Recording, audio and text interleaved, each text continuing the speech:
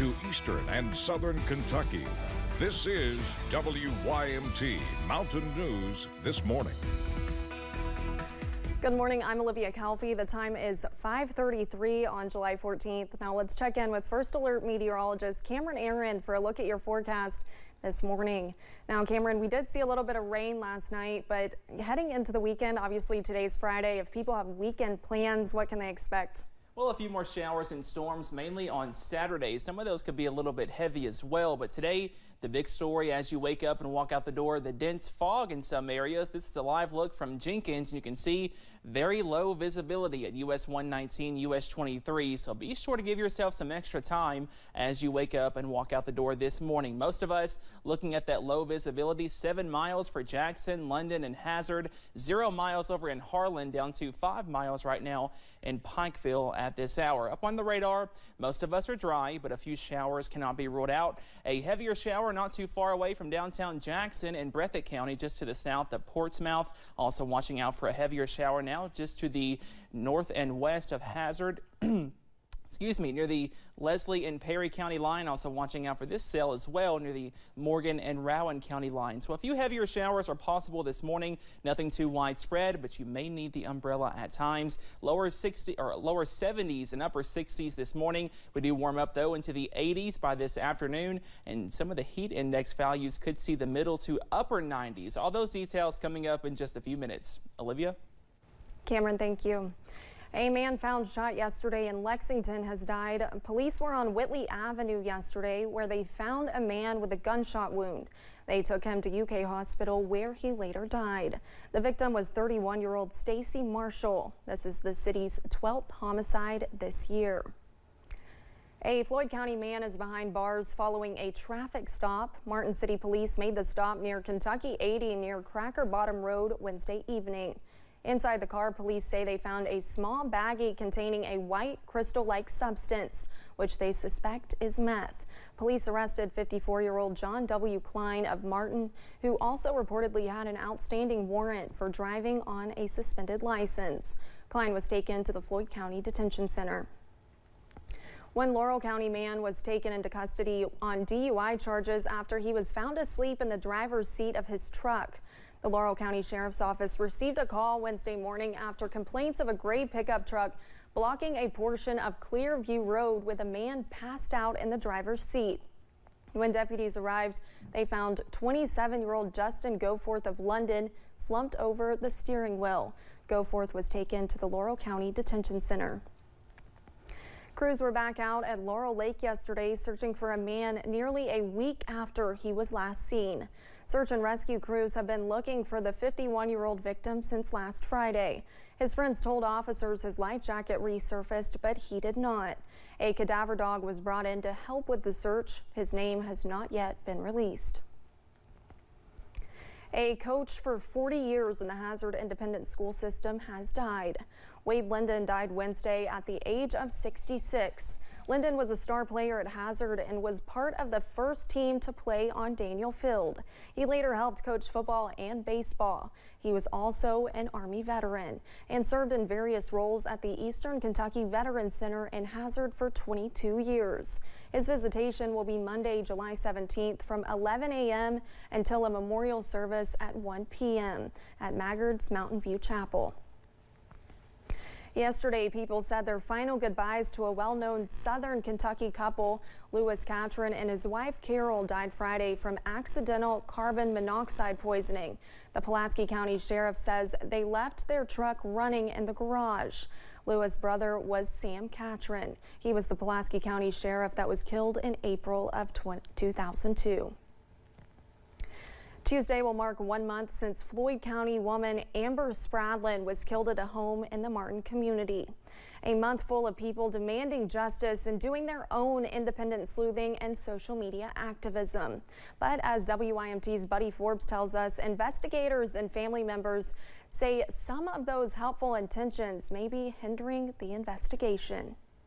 Amber Spradlin always showed up for the ones she loved. That's part of why we're fighting so hard for her, is that this is exactly what she would have done for any of us. So as Kentucky State Police investigates her murder, the number of people calling for justice is no surprise to her family. But the number of calls to investigators has been a concern, as rumors and conspiracies flood the facts. So they may spend 4, 5, 6 hours out of their day going down and tracking down this information to lead back to the source that, they had seen it on social media or it was just false information altogether. And that's just taking time away from the investigation. With investigators diving into unfounded and incorrect information, the family worries justice for Amber is being lost in the weeds, saying she is not a poster child for political platforms. I know the family's grieving right now, and and them seeing that false information out there on social media is hurting them. And we want nothing more than to be able to make an arrest in this case. Investigators and loved ones urge the public to wait for credible updates, with KSP confirming multiple stab wounds and numerous search warrants as they await evidence from their lab. Initially, I think there was a lot of anger, but it's more so just practicing patience at this point and trying to love on the people that are still here and doing all of this for seeking justice for her. Those involved say credible, helpful tips are always welcome, but there is more to the investigation than meets the eye. We so appreciate and understand that people speaking about the case and saying Amber's name is really them showing how much they care, and they are also seeking out justice, but recognizing that there are some things that just have to be kept quiet until the whole picture is formed. And they are confident that answers are coming. In Floyd County, Buddy Forbes, WYMT Mountain News. Family members say they want Spradlin's story shared and her case closed. But more than anything else, they want the facts to speak for themselves. Many times, sirens tend to be used to let people know about severe weather or tornadoes. We have heard about some sirens not working like they should in some counties here in Kentucky.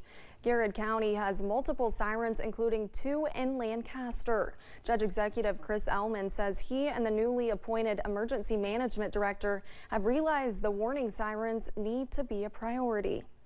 Especially now where we're seeing a lot more storms move into central Kentucky and Kentucky as a whole, we felt it needed to be a priority to get these up and running. The situation is much the same in neighboring Madison and Jessamine counties. Emergency management officials say they are looking to upgrade and/or replace warning sirens. They say the latest round of severe weather has them looking in that direction. Several counties in our region have some of the highest cancer rates in Kentucky. The Herald Leader shared rankings compiled by Stacker and data from the CDC. Floyd County had the second highest rate.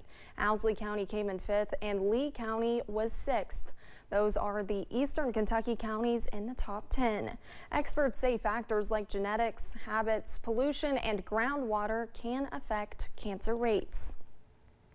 Despite a drop in gasoline demand in the days after July 4th, prices at the pump inched 3 cents higher during the past week. While lower gas demand typically pushes pump prices lower, the main cause for the increase is higher oil prices, which jumped from more than $60 a barrel to more than $70. Yesterday's national average at $3.55 a gallon is 3 cents more than a month ago, but more than $1 less than a year ago. Here in Kentucky, statewide averages have increased to $3.22. And in Perry County, gas prices are below the state average at $3.19, while gas prices in Knott County are above the state average at $3.53. Sunday marks the 1-year anniversary of the implementation of the 988 Suicide and Crisis Lifeline. Officials with New Vista, a Central Kentucky behavioral health center, say their counselors are receiving more than 700 additional calls to the Suicide and Crisis Lifeline. Garrett Weimer and photojournalist Darnell Crenshaw find out why there is an increase in calls. And they also speak with a woman who suffers from a mental illness, who is now helping others overcome. Hello, this is Corey with the 988 Suicide and Crisis Lifeline. How can I help you today? Calls like the one Corey is taking are up 22%, according to New Vista. Darcy Miller, a regional director at New Vista, says the pandemic was a big reason for increased calls. I think it has shined a light on something that was already there. And with a year now of a 3-digit number like 988, Miller says people are aware that help is out there. I think people know, and people are more comfortable with reaching out and asking for assistance for mental health, and I think people are struggling right now. There's been an uptick in violence.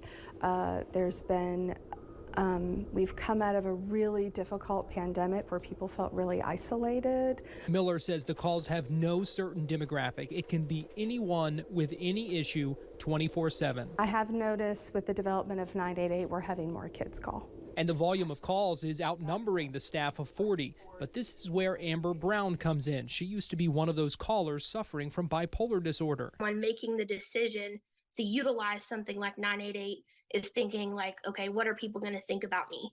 But I feel like more and more in our culture, thankfully, we're seeing that that stigma removed. Now she's a case manager helping other clients with the same mental illness. It gives me a level of empathy, and hopefully they can see that because I've had success, I'm no one special or anything like that. Anyone can have the same type of recovery and success in their mental health that I have had. In Lexington, Garrett Weimer, WKYT. New Vista has started a volunteer program to help with the call volume.